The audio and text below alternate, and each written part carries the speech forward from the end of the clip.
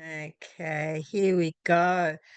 So, I guess we're talking today about our symptoms, right? Because is there anybody here who doesn't experience symptoms? Felicity? Yeah, yeah, because you fully recovered. Yeah, good on you. Big clap for Felicity. Yay, well done, well done. Can you tell us, Felicity, when you were unwell, what was your relationship like with symptoms? Initially, when I first became unwell, it was fear. My relationship Yes. with my symptoms was fear. It was, I didn't have a good relationship with my symptoms at all. I felt very Yeah. much out of control and Mhm. I had no idea what was going on. And that went And on and for a this good is 2 years until I got a got diagnosis. it, So, got it. yeah. Yeah. And your background is nursing, isn't it, Felicity? So Yeah. you're very familiar with symptoms, right? Well, that's right. And it can be a double-edged sword that because, a little bit of knowledge sends you down Yes. rabbit holes. So, Yes. yeah, Yes. it was good in some ways to have that Yes. experience, and in other ways it got in the way.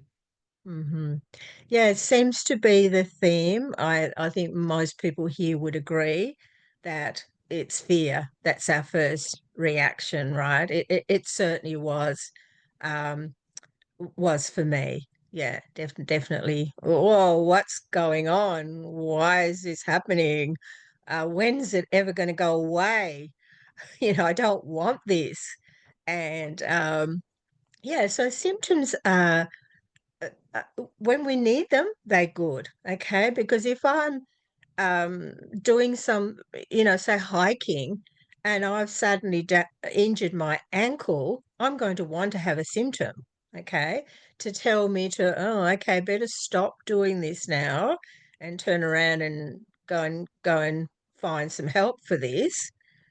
So there's definitely a good reason why our brain is sending us signals of fear because we do need them.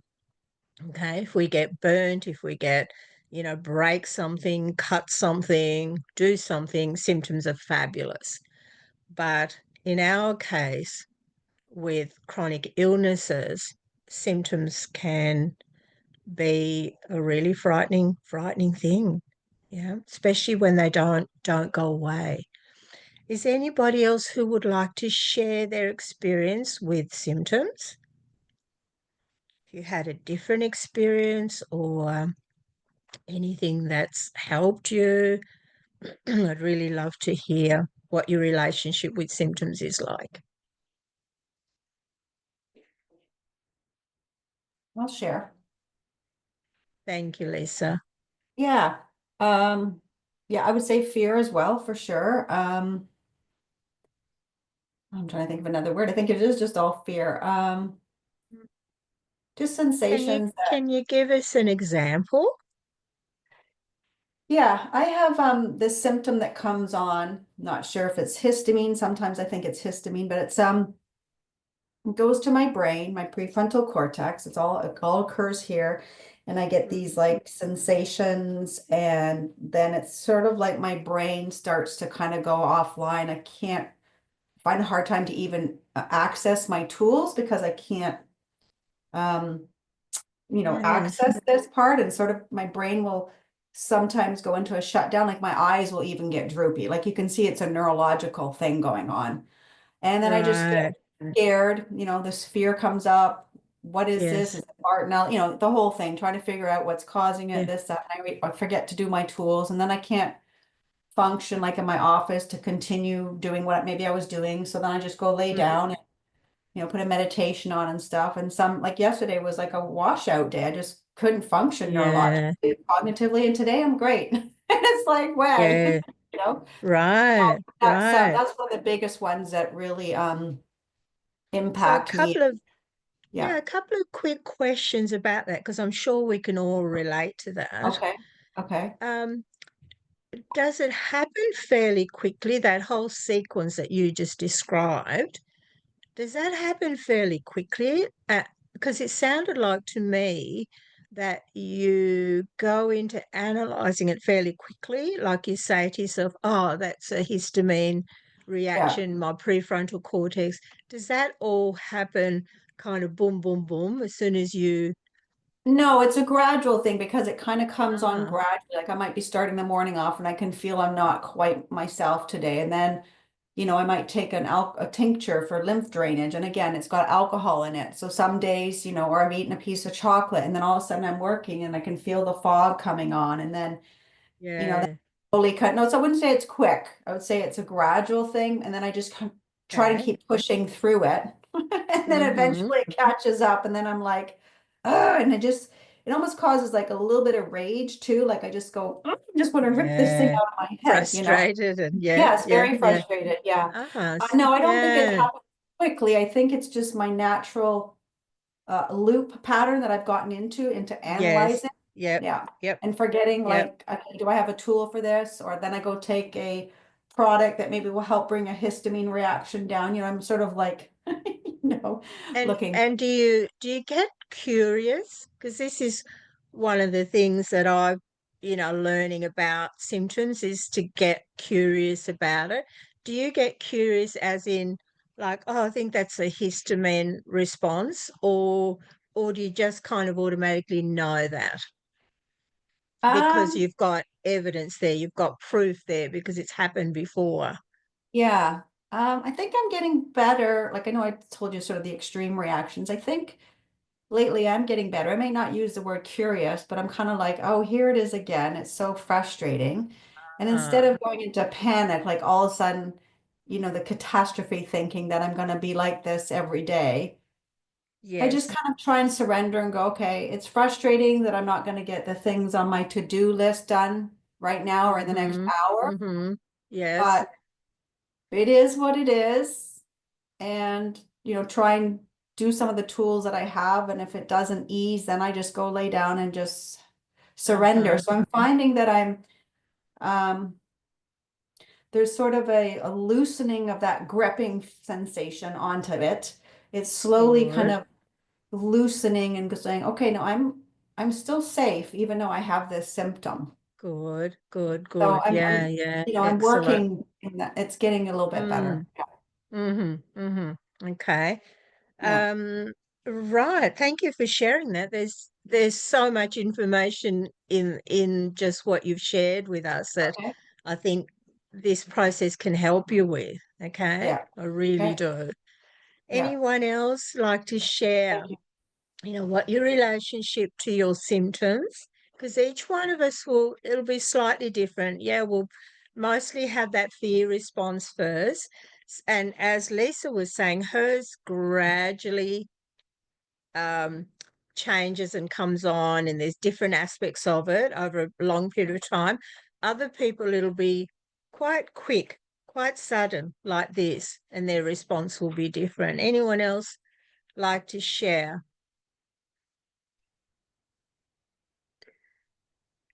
Can I just sort of add into what I said before about how in the first 2 years I had that fear response and the anger, Lisa, that was a Mm, big thing mm, too. It mm. was, oh, not Yes. again, the frustration and all of that. When I actually made the shift in my mind that actually my body's my friend and it's Mm-hmm. just trying to communicate with me, Yes. and that it's actually to my benefit rather than the opposite. That was a How huge change for me. how long did it take you to get to that sort of mindset, that thinking, and what do you think got you to that? I think once I got to a place where I didn't feel so isolated, so I had connection with people that understood, so I felt safer. I think Mhm. safety played a big part in that. I felt Definitely. like I could loosen the grip and see it through that lens. Yes. Yeah, so Yes. once my external environment felt safer, Then it was Mm. like I could start feeling safer in my internal environment and allow my mind to go there. Does that make sense? Yeah, yeah. It's Yeah. really interesting that that's really important for so many people. And like, the ones who live alone and are bedbound, housebound, this seems to be, the really difficult place for them because how do they do that? How do they find safety in the external environment? It's really, really difficult. So for some people, it'll be, yeah, when I feel my external environment I feel safe in that, then I start to shift. Others, they need to shift their internal environment where the fear and the stories, are generated. And then their external environment doesn't seem to really matter to them. So this is really interesting journey, isn't it, with our symptoms? Yeah, And it sort yeah, of is like a loop, isn't it? It's always bi-directional. definitely. Yes, Can yes, always, and it's, yeah. yes. There's a part of our brain, and I've spoken about this on other calls as well. It's called the predictive processing part of our brain. It's a protective mechanism. It's there to keep us safe. And so this is how we get into the loops. We get into the loops of the thinking, the loops of the symptoms, the loops of the memories as well. They all play a part in this predictive processing.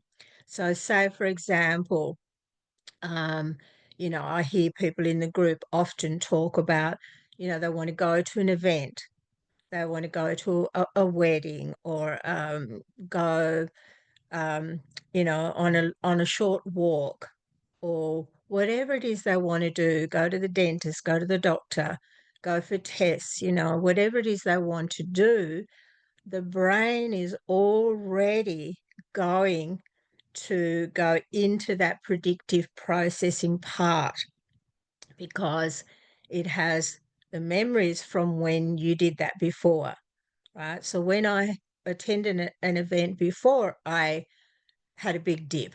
I went into an adjustment period and I was there for a long time.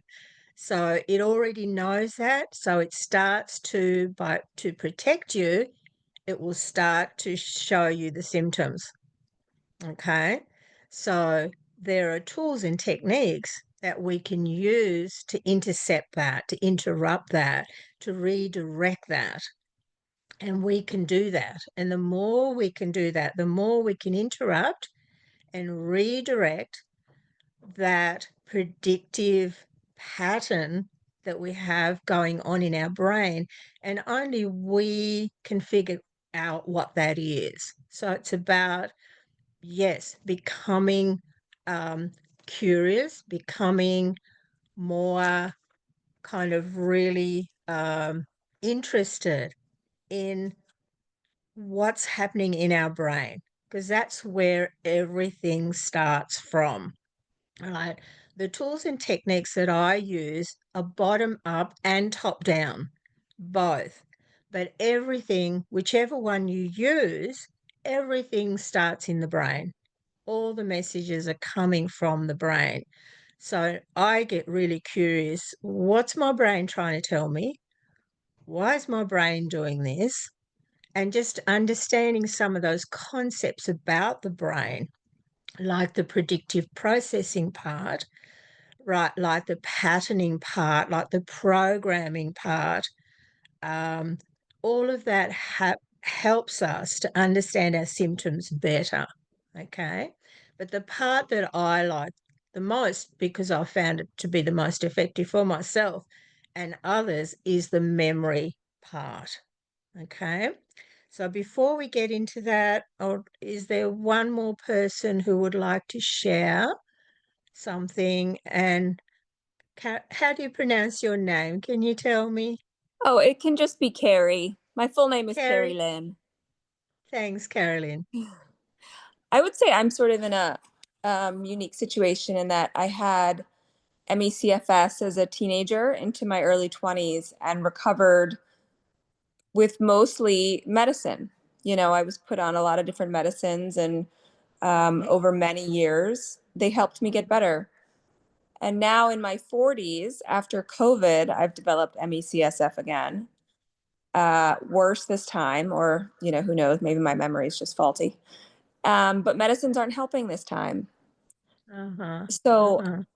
I'm trying to, you know, let my brain come to this other place where all you guys are speaking about, having a lot of trouble because with ME/CFS, it's such a physical illness. Yes. So yeah, I'm having trouble getting there, like, and not blaming myself when I don't get there quickly, Good. fast, you know, because Yeah. I did get better with like a medical model previously, so that's what I expect. Mm. And Yeah. also in the medical field, so Yeah. Yeah. definitely. So, yeah, first of all, I'm really sorry that you got COVID and you're sick again, and you can get better. You really can. Okay, I want to reassure you there. Now, when you first became sick as a teenager, you're saying, Yeah, I was was 18. that was that viral triggered? Right, It was mono.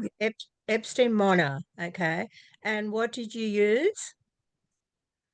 Oof, it was a lot. I mean, it was years. It Yeah. took years to get there, but when I did get better, it was a combination of antibiotics, antivirals, Mm-hmm. antifungals, change in diet, sort of like Yes. that Coke and thyroid medication. So like a combination of things over 6 months. Got Wonderful, well. wonderful. Yeah. And that certainly can help when it's a viral trigger. Yeah. Now, the thing to keep in mind is COVID is a very different virus this time, right? Yeah. Different things going on with COVID than mono, Epstein-Barr, and all those other ones that triggered most people's original CFS. Okay. So just keep that in mind so you're just a little bit easier on yourself. I should And also mention what's interesting is back then, I didn't know anyone else like me that was sick, and there was no like support groups or anything. So I right. 100% always thought I'd get well. There was no doubt in Yes, my brain that I'd get yes, well. I never doubted it. And now it's funny because there's all these other people now that I know who have ME/CFS who are very ill. And it's like now Mm, I have pictures and ideas of people who aren't getting better. And I know that yes, that's part of the problem. Like I have those images and thoughts in my head now, and it's hard to get past them, I yes, think. yes, yes. They can have a quite an influence, can't they, on us, on reading other people's symptoms, and that's why in the group, we really don't encourage symptom focus because it's catching. Yeah. It's called the white coat syndrome. Felicity, you've probably heard of this. There's this phenomena that happens with us when other people talk about their symptoms, suddenly we might catch it, right? But the other thing to remember when it's COVID is, well, the same with mono and Epstein-Barr as well. They can hang around in the body for quite a long time. So my approach has been, and I got it too recently, a few months ago. I got long COVID. I've been very minor, very very minor symptoms, but annoying. Absolutely. When I've been well for so long, I've been well for 12 years. And during that period of time, 12 years, I've had lots of injuries and all kinds of things going on, but I've never felt these kinds of symptoms. And when I started getting them after COVID, the first thing I did was, yeah, researched it inside out, talked to as many people as I could. And the number one thing seemed to be find out if you still have fragments of the spike protein in your body and do what you can to get rid of that. That's number one. And that's what you did with the other infections before, the other viruses before. You used antivirals, antibiotics, okay? But COVID is a little bit different. So just, stay hopeful. But also the other thing that could be impacting is since you've been well and since you got COVID, could there have been some stressors in your life? Yeah. So that could be the other part of it. Right. So when you were a teenager, maybe there weren't so many stresses linked to it. So this is the other main thing that people are facing in getting well, is that there's this stressful load. Okay. And I know Felicity talks about that with her journey as well. And most people in the group, you'll hear them talking about, the perfect storm, all the stresses that they were facing beforehand. And it was certainly my big trigger, it was all the emotional, physical, psychological, environmental, spiritual stressors, that are in your life that will be contributing to getting well and not getting well, or a slower process of getting well. Okay. So fingers crossed for you. You can do this. Okay. All right. So symptoms, our relationship to symptoms, as we've been discussing here, can be different for each one of us, depending on what our beliefs are, what our experiences are, and what we read about it, what we hear about it. So it can all play a big part. Okay. And symptoms are the body speaking to us, the body trying to get our attention, just like if we twist our ankle, right? It's trying to get a message to us. Slow down, do things differently, right? Listen, which I wasn't very good at, listening to what my body was trying to tell me. We just push through, don't we? Because that's what we've watched other people do. They just push through. It doesn't matter how tired they are or worn out they are. We just watch them all pushing through. I certainly did. My father, he pushed himself so hard. He died by the time he was 48. And I was 15 at the time. I'd only just got to know him and he was gone. Massive heart attack, many warnings from the doctor. I overheard the doctor telling him what changes that he needed to make. But did he do that? No, he just kept pushing through. So not listening to our bodies and our hearts and our minds, what it's speaking to us, will have a big impact on our symptoms. Okay, so they're messages for us. And I love Dr. Howard Schubiner. He talks about training ourselves like a little puppy dog. We've got to train ourselves little by little how to have a different relationship with our symptoms. And one of them is, to be compassionate with ourselves is the key, to be as loving and compassionate and kind to ourselves as we can as we are experiencing these symptoms. Okay, so I'm going to show you a couple of ways that we can do that. And again, remember, be like the little puppy dog, give yourself a little treat, not chocolate or something like that, though.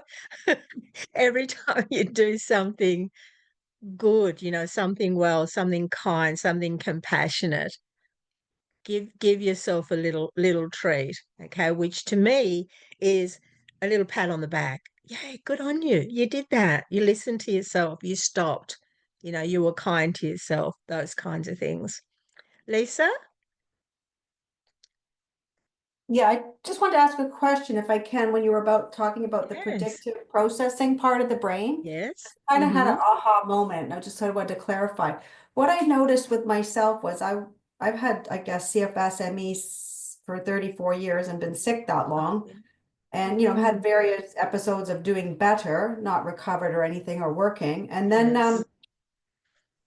in 2016, I switched protocols and everything kind of went downhill. And I went through a trauma at the same time. And what I've noticed is since then, so the last 8 years, I've tried numerous different things. I've since found out I had mold and other things, working on stuff. And I found Yes. that nothing has budged. And so I'm just wondering, does the brain make like a link? So when I change protocols before and it put me into relapse, is my brain sort of almost in a protective response saying, we're not, whatever you try is Absolutely. not going to work because look what happened before? That's it. That's the significance of the memory, right? Okay.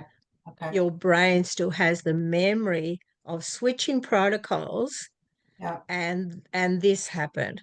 So it's Yeah. doing everything it can to protect you now, Okay. right? Don't switch protocols again, Right. right? Don't, whatever that protocol was, don't do that.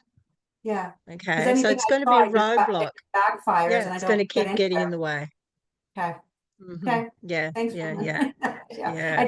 I sort of been thinking about that lately. When you said that, I'm like, bingo. Yeah, yeah, Okay. that's it. You know, what Thanks. I find is when we're doing this kind of work, because most of these issues are in the unconscious, okay? Yes. Does everyone understand about the unconscious? Yeah. So the unconscious is usually where this whole symptom thing is happening, because that's where the protective part of the brain is working from. Whatever proofs and references, experiences that we have in the unconscious. So the unconscious is our database of all our thoughts, all our feelings, all our experiences that we've ever had, millions and millions and millions of them. Okay.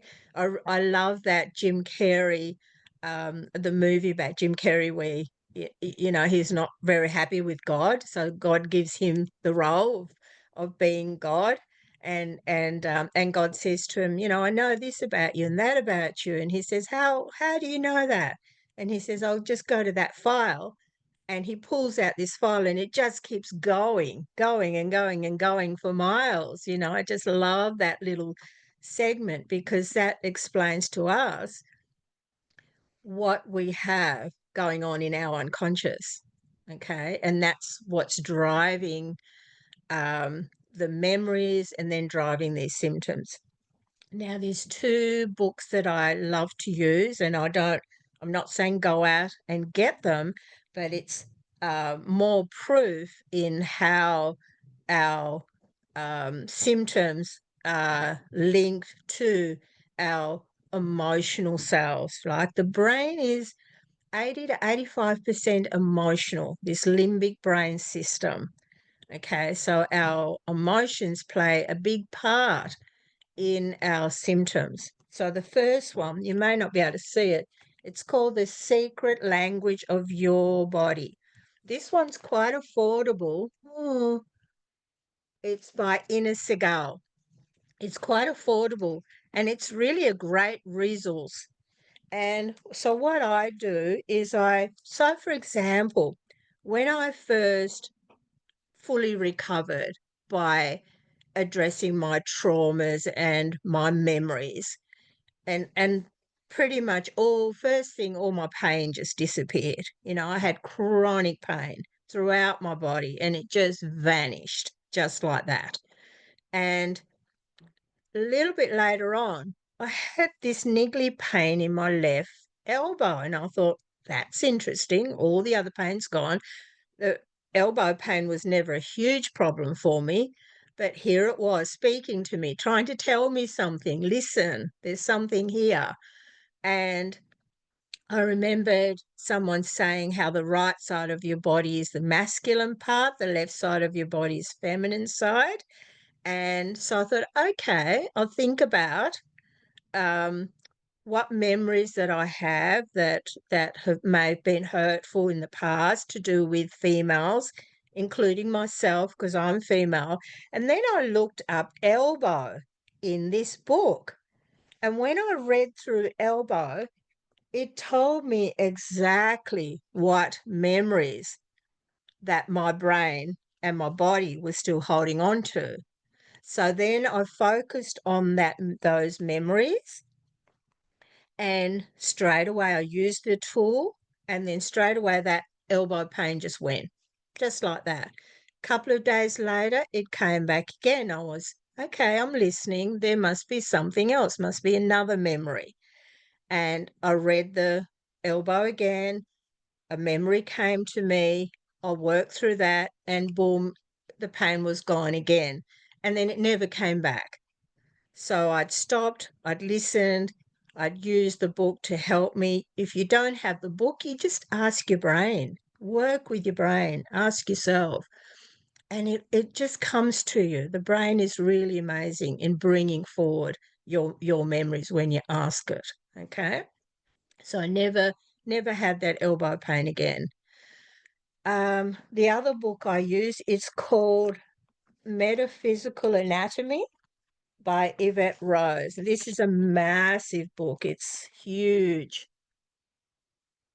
And that's a very expensive one, but it's very, very thorough. And honestly, every symptom that you can think of will be in those books, and the memories will come to you, whether it's your knee, whether it's your shoulder, whether it's your neck, whether it's your stomach, your liver, your kidneys, whatever it is, there'll be memories. As Bessel van der Kolk talks about in his book, The Body Keeps the Score, right? Dr. Gabor Mate, When the Body Says No, all these to me are memories. It's what the brain and the body are doing.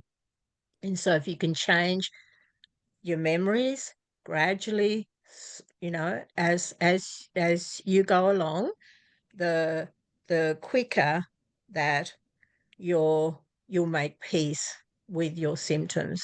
The more what's the word? More accepting of your symptoms that you'll become. Okay. And then you'll be kinder to yourself. You'll be more compassionate to yourself when your symptoms rise. Okay. Can I just get the name of that So author, please? The author of the Secret Language of Your Body. What was her name? The Ina. Secret Language of Your Body's Ina Yeah. Segal, Segal. INNA Yeah. SEGAL. I can put these both in the messenger group later if you like. Okay, great. Perfect. Yep. Thank you. Yeah. Okay. Okay. All right. So here's the first thing we're going to do. When we're doing this work, I find that if I think about what it is that I want instead of my symptom, instead of my illness, instead of, whatever it is that's bothering me, if I think about those first, it helps to make the changes in the brain faster, because we have this negativity bias in our brain, okay, which is always focusing on the things that are not going so well. So if we want to retrain our brain, if we want to rewire our brain, we want to focus more on what it is that we want. The brain is amazing at imagining and feeling and thinking about what it is that we want, right? But most of us, we're too scared to think about what we want because there's a fear there that we may never be able to go on those hikes again, or go on that trip, or that holiday, or that new job, that new partner, whatever it is, we're too scared to think about it. Okay. So what I want you to do is just think about your symptoms, and then think about what it is that you want. And I want a couple of people to call those out to me. And remember, with this work, we're all borrowing the benefits of it. Okay. Because we all experience the same range of emotions. So we all benefit from whatever you share with us. So a couple of people, what would you rather have instead? What is it that you want instead of your some people still coming in? Clarity. Yeah, what is it? Do Lisa? you want us to type? Do you want us to type them in, or do you want us to say them? No, Say them? just tell me, please. Okay. Yeah. Well, I would say energy, clarity, strength, and functionality. Lovely. Those are my Physical strength, emotional strength, Yes, and physical. both? Vitality, Yeah. strength. Yeah. Yeah. We want to be really clear to our brain so Okay. that it gives us what we want. Thank you. Resilient. That's wonderful. Yeah. And one of the things that I encourage you to do is make a list for yourself. Okay. It's really good for the brain to make a list of what it is that we want. Okay. Anyone else? What Mine is was it that you similar. want? I was gonna say like sustained energy and clear head. Yeah. Oh, that clear head, wouldn't that be wonderful? Yeah. That was one of the first things that I noticed when I got COVID this time. Oh, what's happened to my head? Where's it Oh, gone? yeah. I know, A clear head is so important, isn't it? Mm-hmm. Okay. Anyone else? Thank you, Carolyn. In hindsight, I can remember having specific things that I really wanted to do. So I wanted to get a clear head and I wanted to Yes. get physical energy so that I could just interact with my grandchildren meaningfully.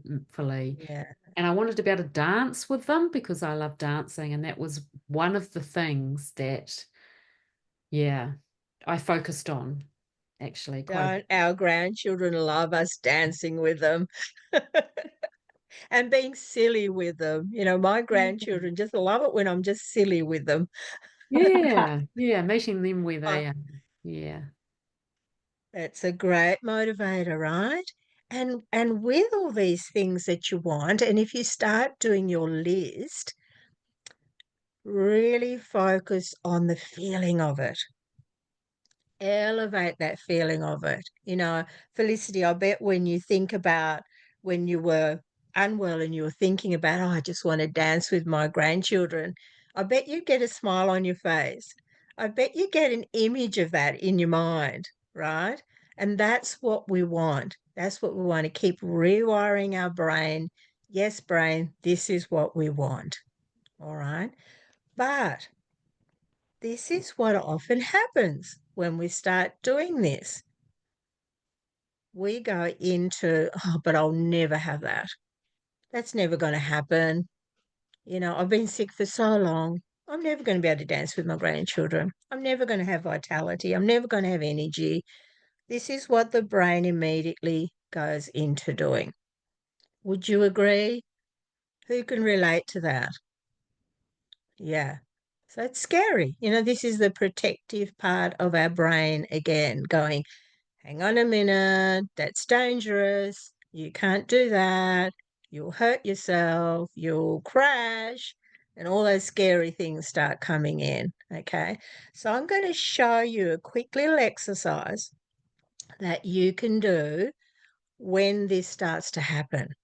All right. So what I want you to do is just close your eyes. And I want you to just bring to mind one of those things that you want. Just think about one of those things and notice what happens. Notice you have a picture. Notice you have a feeling. Notice you have thoughts. Notice you have a little story that goes with it. So, what I want you to do is notice when there's a fearful thought about it. Notice if there's that, oh, that's never going to happen. How am I ever going to have more energy? Is my brain ever going to be clear? Right? Is it possible to have sustained energy? I don't think so. So just notice any of those thoughts, any of those feelings. And if you've recovered, go back to when you did feel like that, when you did have those thoughts and feelings. Okay. And then what I want you to do is just take a few gentle breaths in and out and just notice the seat underneath you. Notice where your feet are. Notice where your hands are. Just breathing in and out. Notice your shoulders relaxing, your jaw relaxing, all the muscles in your face relaxing. Just breathing in and out. And now, as you think about that thing that you want so badly, you really want it, but there's this resistance, there's this thought, there's this block that's in the way. There's that thinking pattern that's always there. I want you to notice that and notice where it is in your body and just point to it. You can even give it a rating, how strong that feeling is, that resistance, that negativity bias. And then what I want you to do is just place your hands on your heart. And I want you to give yourself the comfort, the care, the kindness that you deserve. You can say it out loud or you can just say it quietly to yourself. I'm safe. I'm okay. I can have this. I can dance with my grandchildren. I can go on that hike. I can have vitality. I deserve to. I'm worthy. I believe 100% I can fully recover. Thank you, brain, for protecting me. I'm strong. I'm healthy. I have everything I need inside of me to heal this part. There is nothing wrong with me. And anything else that's kind, that's loving, that you might say to somebody else, maybe it's a best friend who's going through this, what would you be saying to them? And I want you to feel that feeling of it and elevate that feeling of it. Send that message throughout your body. Every cell of your body feels it and believes it. And breathe in and out.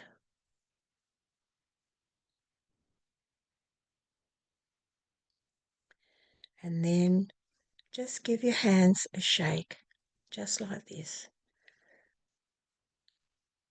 Well done, well done.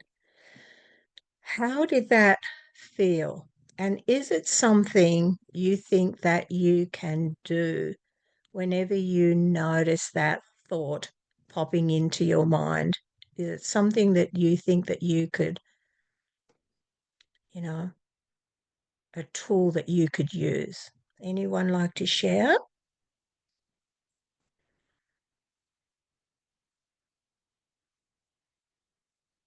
And did anybody find it difficult? Did anyone not able to do that? Because a lot of people do. They can't find those comforting, kind, loving words to say to themselves.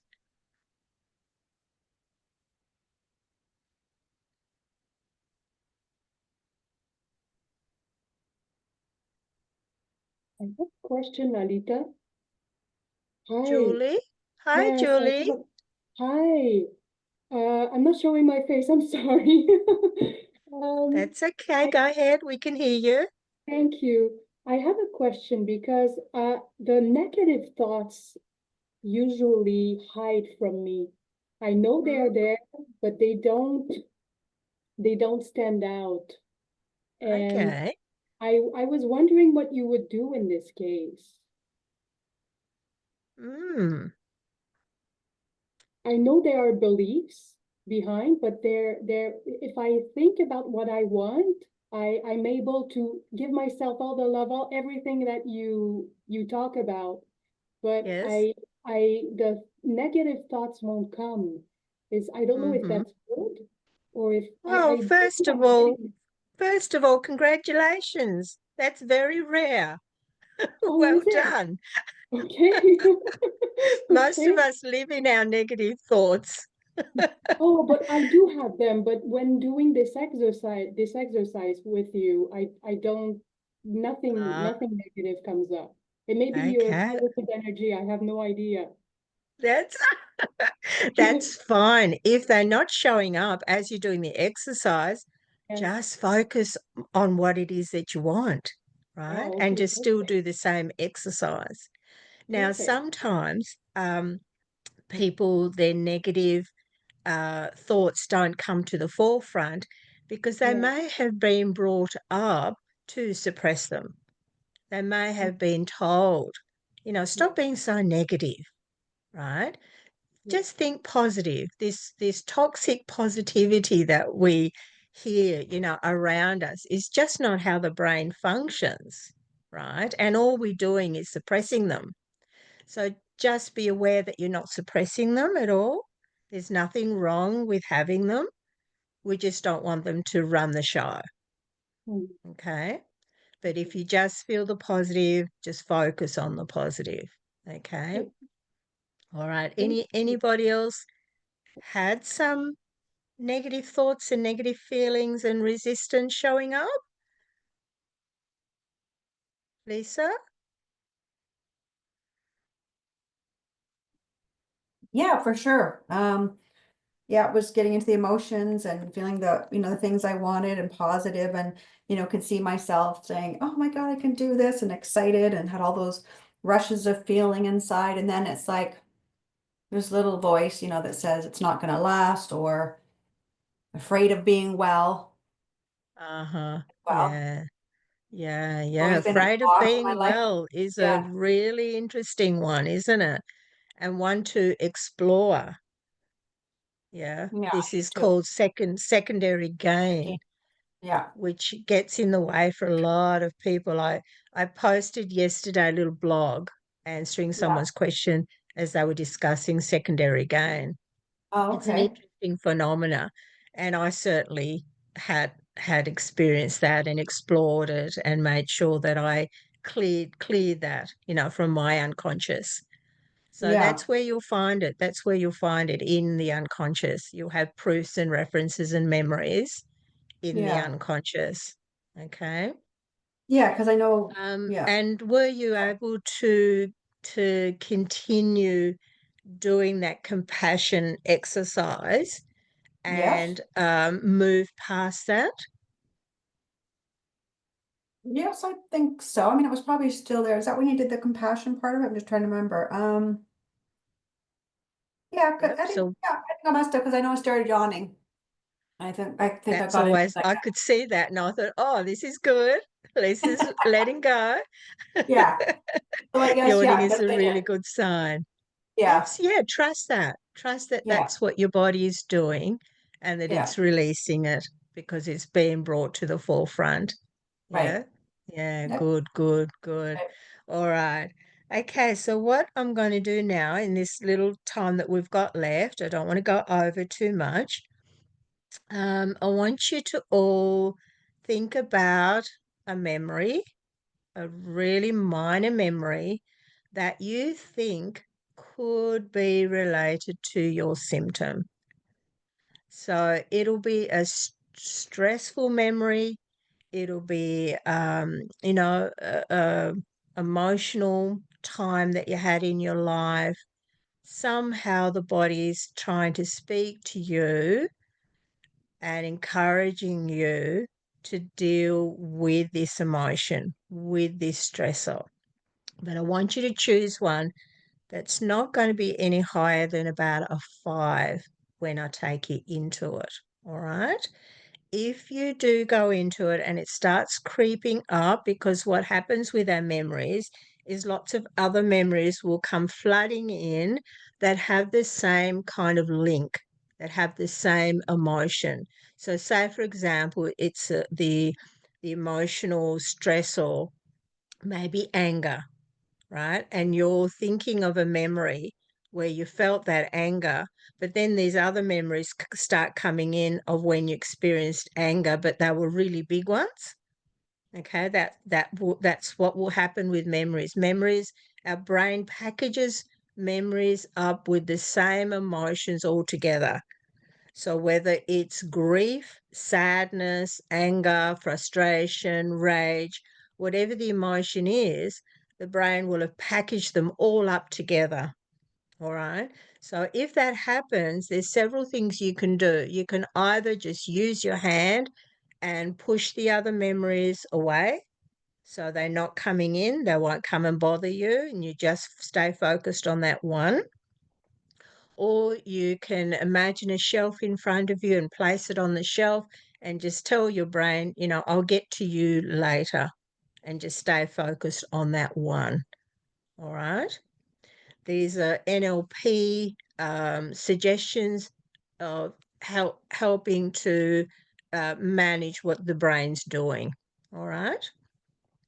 Okay, so when you're ready, just close your eyes, and I want you to just think about that memory and think about your symptom. Think about a symptom. So maybe if it's, brain fog, what could the memory be? Could it be when you first got sick and you first noticed that brain fog? Which it was for me. I went, oh no, that brain fog. And then my brain went to all the other memories where I had brain fog really quickly. So, whatever the symptom is, and then whatever the memory might be linked to it, your brain is really clever in giving you what you need to change. And so, once you've identified that memory, remember, we don't want it to go any higher than a 5. Just see what you see, hear what you hear, feel what you feel in that memory. You might notice colors and images. You might notice expressions on faces, the tone of the voices, the smells, the tastes, everything about that memory. And give it a rating, 0 to 5, how strong it is. And notice the symptom, how strong that is as well. And once you have that, I want you to just now see that memory for the last time. Now imagine in front of you, there's a sandcastle on the beach and a wave comes in. Just notice that sandcastle being washed away, back out into the ocean. And now I want you to open your eyes, and I want you to just move your eyes, just moving our eyes from side to side and up and down and around one way and around the other way, immediately starts to change the memory in the brain. This technique has been around for a long, long time. It's an NLP technique. And just by moving our brain, the science, the evidence shows that the memory starts to change. Okay. And then what we want to do is something somatic. So we know that if we do something somatic, again, the brain feels safer because we're back in our body, and it will immediately start to change the memory. So there's several ways that you can do that. When I first started, I used to do tapping, and I did the faster EFT way, which was just 5 different places to tap. But there's lots of different ways. So I want you to find what works best for you. So these are my favorites. These are my go-to. One is, and depending where you are and what the situation is in, because remember, memories are also triggers. Memories are also our thoughts. Memories are also our beliefs, our pictures, right? So there's many, many ways that memories will show up for you throughout the day. It's our symptoms. So there's several ways that you can do it. One I really love is just here on the fingers. So as soon as you touch your fingertips, your brain feels safer because you're doing something somatic. You're coming back into your body. So just tapping on each finger like this, it doesn't matter which way you go. It's more that your brain knows you're back in your body. Another way is just here on the collarbone. And this is one that I find myself using the most, especially when I'm triggered. I just can be having a conversation with someone, they're saying something that's triggering me, and I just do this. Okay, and I'll show you the rest of it in a moment, but this is another one. Another one is you can just hold your wrist. So you can be sitting in your chair and just grabbing your wrist will let your body, your brain know, okay, she's back in her body, she's okay. She's going to deal with it. She's listening to me. Yes. Another one is just cross your arms like this, and just do this, or just do this, or just rock back and forth. So anything that you can think of that's somatic and you're back in your body. But now the important part is what you say to yourself. So say, for example, you're using the fingertip one.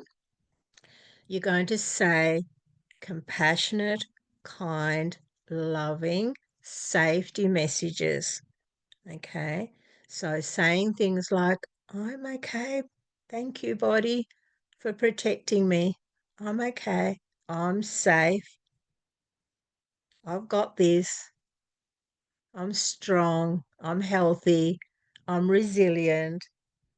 I have sustained energy, clarity, connection. My body is my friend. I have a clear head. I can dance with my grandchildren. Right? Anything else that you can think of, that's positive. So you're doing that. And then you take a deep breath in.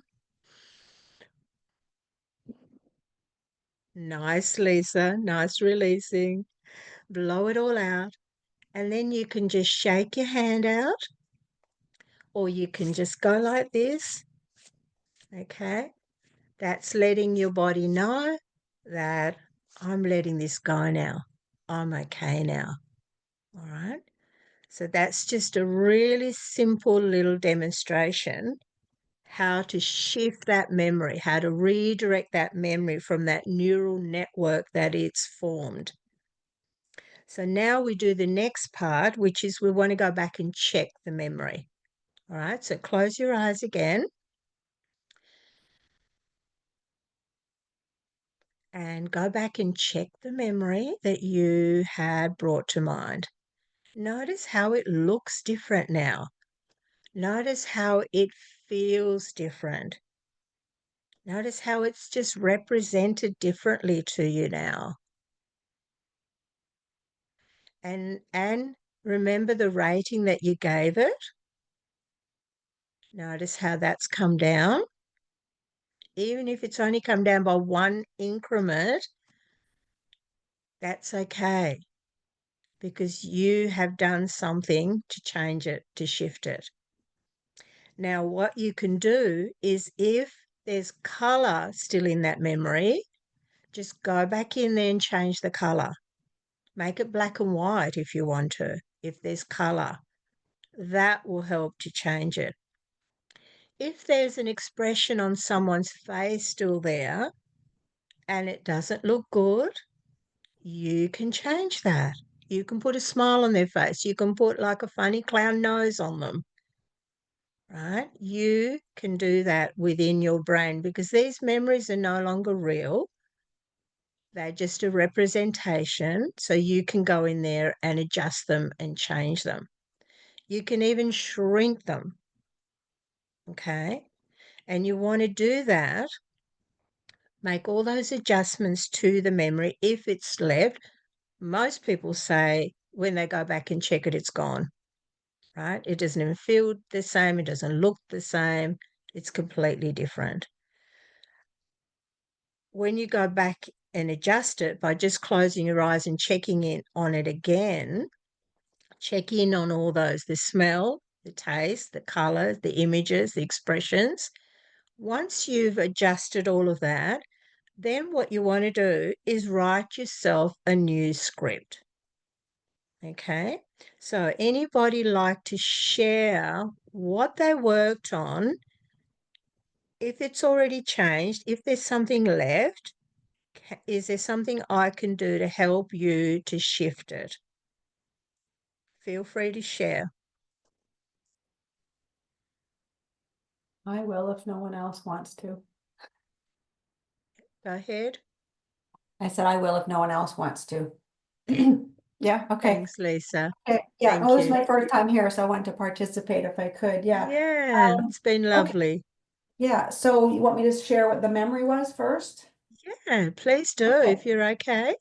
Yes, so this is all around COVID.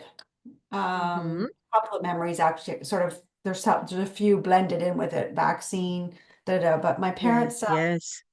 were going on a cruise on 2022, so sort of after the major thing was over, people started, traveling. And at some point, I said to my mom, I think we should have a plan in place for when you get home, because I'd heard from one of my practitioners, that my osteopath, that pretty much everybody that goes on a cruise is getting COVID. Okay. Oh, goodness. And at this Yes. point, we hadn't got it. Okay. We'd had the vaccines, but nobody had got COVID yet, because we've been masking and Mhm. I'm vulnerable. So that, and my parents are aging. So that was fine. Mm. So I said that, and she just said, "Oh, you worry too much," with this dismissive, Right. non-validating, Yes. disempowering Yes. way she talks to me. So, and I guess the anger too is also at myself. So at the time, I allowed myself to be dismissed, and I was kind of angry with her, and kind of like, okay, I'm going to listen to her instead of me, like I've always been doing my whole life, listening to my mom and not myself. Okay. So Yes. that was that. Yes. They went away. They didn't wear their masks on the plane. They didn't wear their masks on the cruise ship. They came home and they were fine. And I had friends come in to help me out, do meals, and I had them wear masks, and I had a mask on because it was still quite prevalent. Mm-hmm. Um, and then about 4 days in, and I was still eating dinner with them, but I was at the other end of the table thinking that would be sufficient, 6 feet. Mm-hmm. About Mm-hmm. 4 days of them being home, somebody starts with the cough and the symptoms, of course, and then Right. my mom Right. had it first, and then she tested. Then I started wearing my mask and not eating with them. Then my dad got it, blah, blah, blah. So we got my dad the drug and everything and got him out of bed because he was quite sick. And my mom was not too bad. And then I got it. Mm-hmm. So, Mm. and there was a lot of fear around that. And Yeah. I, talked to my doctor and tried to get this drug for myself Yeah. that my Yeah. dad got. Yeah. Wasn't eligible. So Okay. that's really, Yeah. yeah, a lot Yeah. of Yeah. anger and So, feeling dismissed. Yeah. okay. So when you went to that memory of that whole scene, the cruise, and what was said and done and after, that's quite a lot of information in that Yep. memory, right? Were Yep. you able to keep it to 5 and below? Yeah. Yeah. Other ones came in, like, as I said, with my Yeah. doctor not Yeah. giving me the And drug. Yeah. But I just, yeah. Okay, no, we know you that's pushed there them too. away. That Yeah. worked for you. Well done. Well Yeah. done. That's I just great. want to add, so in the end of this, I ended up with COVID long haul. Okay. Right. So I Right. got Yeah. quite Yeah. knocked So down after getting that. Yeah. So So I'm angry. lots of I'm reason to angry. probably be more angry, right? About Yes. it. Yes. That's, Yeah, that's yeah. what, that's what was leading So to, the anger of getting these symptoms. Yeah. yeah. So when you went to that memory and Yep. then we did that exercise, Yep. um, and then you went back, have you gone back and checked it just Yep. briefly? Yep. Has it changed? Any aspects of it changed? Yes, I think so. Just trying to go back. I'm trying to remember now. Short-term memory here. Go to the The symptom, part okay, the symptom where, was like the muscle weakness and that, and the post-exertion malaise that I have quite bad, where I can't even walk for a right? minute. Okay. Uh-huh. There's a lot of Uh-huh. anger there.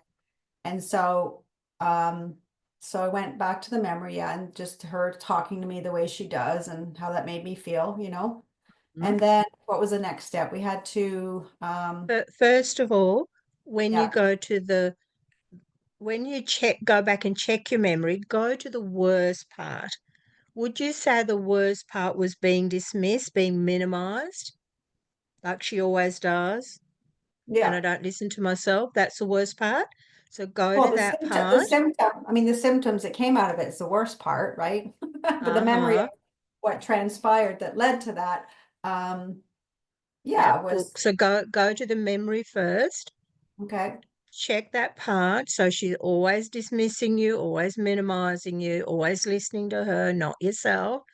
Yeah. How does that part look and feel? Now, you mean? Yes.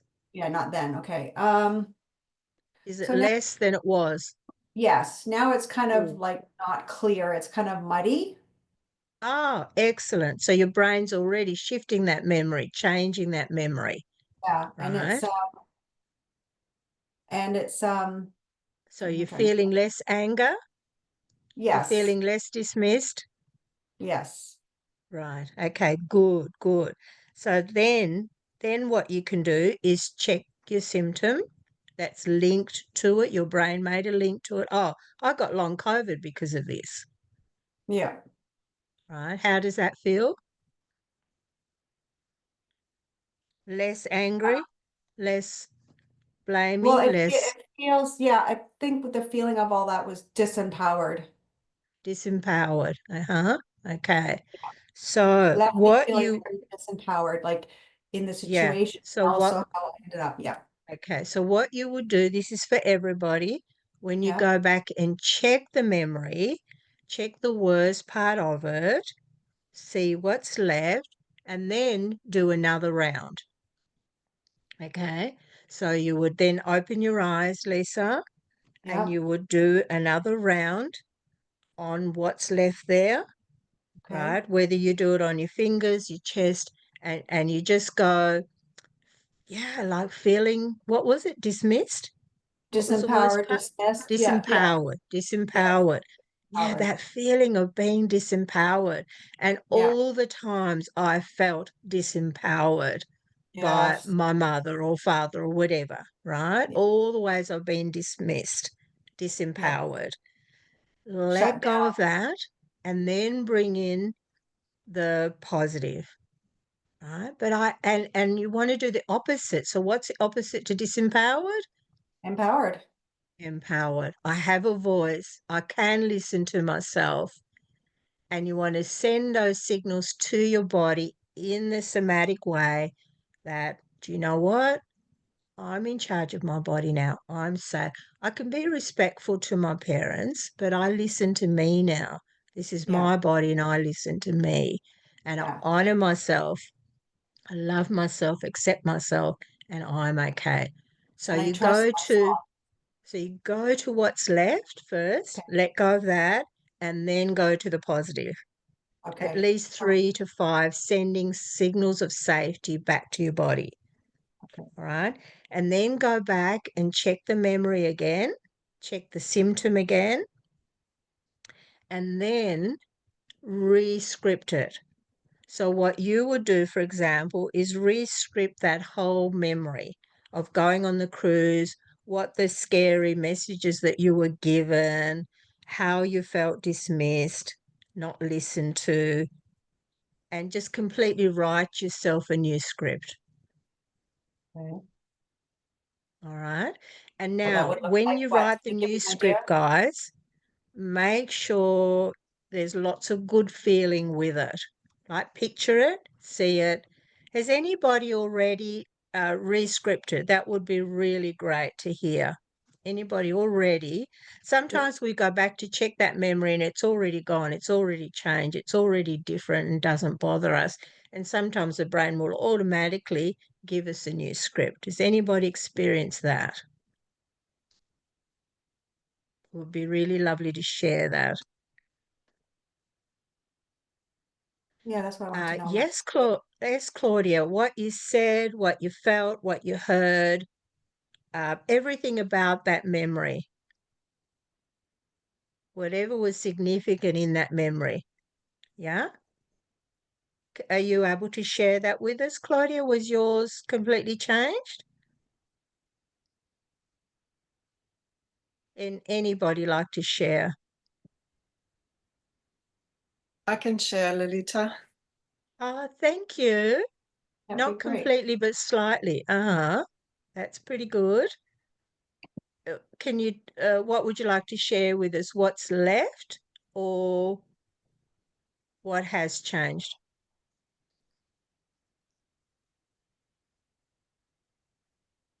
Sorry, who do you mean now? Oh, so Claudia. Claudia, did you want to share that with us? Yeah, sure. So I'm not going to go into too much detail. No, Um, we don't need. yeah, I don't want to do that. Just in general, the memory was around a symptom and feelings during a specific meeting several years ago.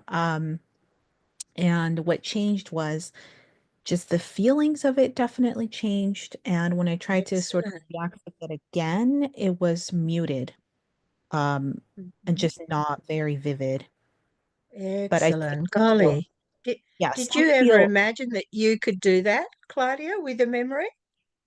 um, not really. No, So isn't it that's pretty amazing that our interesting. brain can do that? Yeah, yeah. Which So is, what's left? What do you think is left there now that still sort of bothers you about it? I'm gonna try to explain this. So part of it Mm, is like the memory, like seeing the person, which was a doctor, they uh, became very muted. What they yes. said just didn't feel exactly the same way, but going back into the memory, what was still there is I could still feel some of the reaction I was having to it, if that makes sense. Oh, To thank you. wait. Thank you for sharing that. Okay, so this is a really good little thing that you can do when you go back and check your memory and there's still like a sensation, a reaction, a feeling in the body. Would you say, Claudia, that reaction feeling was in your body? Yes. Okay, so this is what you do. And you'll have this in the recording, so don't worry about writing it down, and I'm happy to put it into the messenger as well. So what you do is you go back to the memory. If you notice there's a sensation of it, a feeling of it, something left in it. Again, you choose which method you want to use, whether you just touch your collarbone, whether you hold your wrist, whether you do this, whether you tap on your fingers, whatever you want to do, you say this to yourself. Wherever this came from, this sensation, whatever it means, whoever it is, all the ways that it's been protecting me. What, so, have I said them all? Whatever it means, wherever it came from, whoever it is, the messages that it's giving me, and then I let this go now. I let this go now. This sensation, this feeling, I let this go now. And then say you're positive. So, Claudia, what positive things could you say to yourself about that memory? It no longer bothers me. Specifically for that situation, I would say Yes. I feel empowered now. I can speak my Lovely. truth. And Lovely. yeah, I would say just those two. Yeah. So 3 to 5, we want positive things. And always, I'm safe. I'm safe. I've got this now. And telling your brain that you're listening is one of the most important. I'm listening now. Thank you for this message. Yeah. That's very And helpful. then you'd go back and check it again. And you keep going back and checking it. It doesn't usually take long. It usually only takes like 2 or 3 rounds, I call it, and it will be completely changed. When it's as low as possible in your scale that you gave it, or it looks completely different, it feels completely different, then rewrite that script. So for Claudia, you might rewrite it as, he's saying really good things to you now. He's saying really positive, encouraging things to you now. And you're smiling and he's smiling. Okay. So you want to just completely change that. Like for you, Lisa, completely changing that whole story, because that's all it is now. It's just a story that your brain will keep going back to keep holding on to that symptom. Okay. Yep. All right. So, any questions? We've gone way over again. I don't know how this happens, but any quick questions? Yes, Claudia?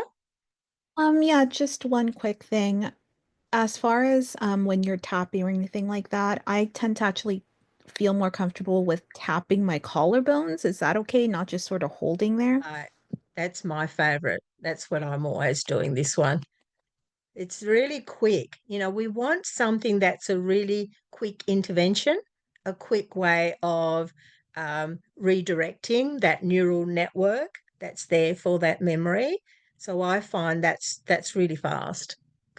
And also whichever one that you choose and you practice the most, that's the one that your brain will automatically go to. Okay, so train your brain to do that. Train your brain to use that as your anchor, as your first thing that you automatically go to. All right, because as neuroscientists tell us, all thoughts, emotions, feelings only last for 90 seconds. So when you feel angry, it's only going to be there for 90 seconds. But if you tell yourself a story about that anger, if there's lots of other memories about that anger, it's going to hang around longer. So to interrupt that neural network for anger, we want something that's really quick, right? So this is really quick. Yeah, that anger, right? But I'm going to let that go now because I'm safe. I'm okay now, right? It's safe for me to express myself, whatever comes to you. All right. Okay, so I hope that's been helpful, guys. Thank you all for your input and just being here. I know it's a big step just to be here and learn some different concepts and some different ways of looking at our symptoms. Okay, so all the best for you all.